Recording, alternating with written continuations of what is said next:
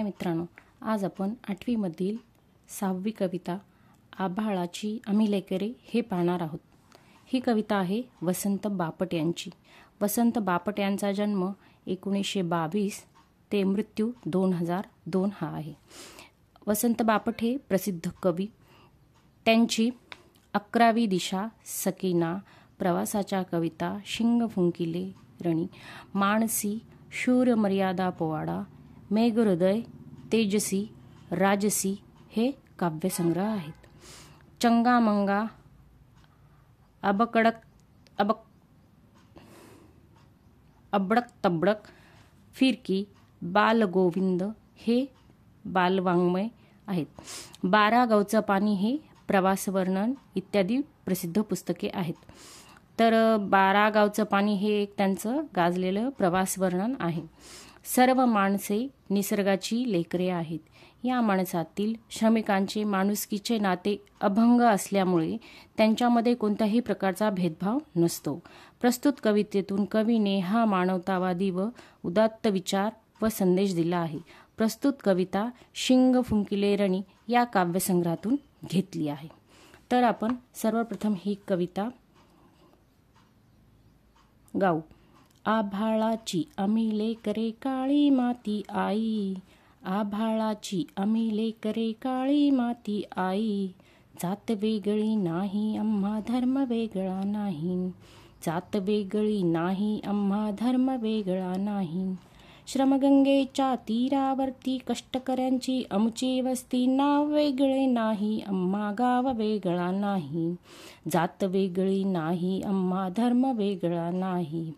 इमान आम्हा एकच टावे, घाम गाळूनी काम करावे, मार्ग वेगळा नाही आम्हा स्वर्ग वेगळा नाही, मार्ग वेगळा नाही आम्हा स्वर्ग वेगळा नाही, जात वेगळी नाही आम्हा धर्म वेगळा नाही, जात वेगळी नाही आम्हा धर्म वेगळा नाही।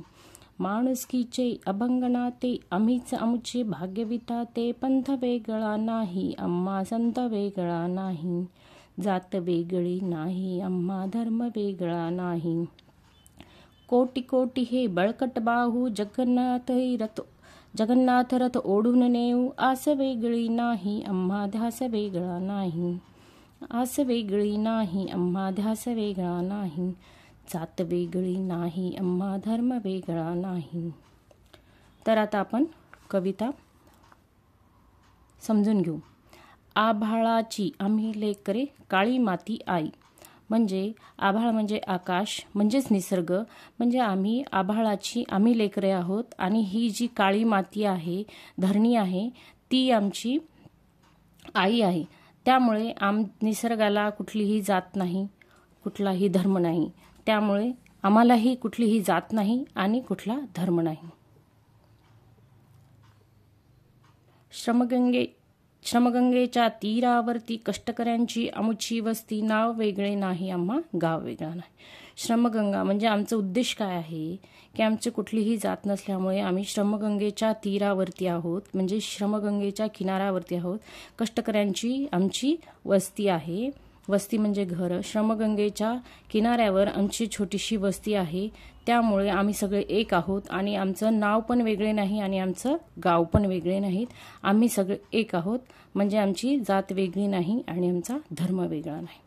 इमान आम्हा एकच ठावे, घाम गाळूनी काम करावे, म्हणजे इमान म्हणजे आमचं जे ध्येय आहे ते एकच आहे की आम्हाला एकच कळतं, आमच्या इमानदारीतून आम्हाला एकच कळतं। इमान आम्हा एकच ठावे, घाम गाळूनी काम करावे, म्हणजे आम्हाला दुसरं कुठलाही मार्ग न स्वीकारता फक्त कष्ट करून घाम गाळूनी काम करावे।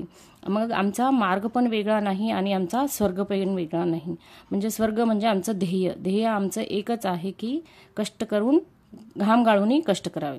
माणुसकीचे अभंग नाते आम्हीच आमचे भाग्य विधाते, माणुसकीचे अभंग नाते म्हणजे अभंग म्हणजे अखंड, माणुसकीचं नातं कसं आहे अखंड आहे। आम्हीच आमचे भाग्य विधाते, भाग्य कोणी येऊन आपलं घडवणार नाही तर आम्हीच आमचे भाग्य विधाते आहोत। पंथ वेगळा नाही आम्हा संत वेगळा नाही. आम्ही कुठलाही पंथाकडून जात नाहीत आणि आम्हाला कुठलाही संत वेगळा नाही. आम्ही आमचे सरळ मार्गी आहोत. आमचा पंथ वेगळा नाही, आम्हा संत वेगळा नाही. म्हणजे आम्हाला आमची जात वेगळी नाही आणि आमचा धर्म वेगळा नाही. कोटी कोटी हे बळकट बाहू जगन्नाथ रथ ओढून नेऊ. कोटी कोटी हे बळकट बाहू हे कोटी कोटी कोणाचे? श्रमिकांचे हे बळकट बाहू आहेत. आणि जगन्नाथ रथ म्हणजे जो श्रीकृष्णाचा रथ आहे, आम्ही तो ओढून नेऊ. आम्हाला आस वेगळी नाही, आम्हा ध्यास वेगळा. म्हणजे आम्हाला वेगळी कुठली ओढ नाहीये, आस नाहीये, की आम्हाला काही कुठली आस ओढ नसल्यामुळे आस वेगळी नाही, आम्हा ध्यास वेगळा नाही. आमचं एकच नातं आहे की माणुसकीचं नातं, त्यालाच आम्ही बळकट ठेवू, असं या कवितेमध्ये सांगितलेलं आहे.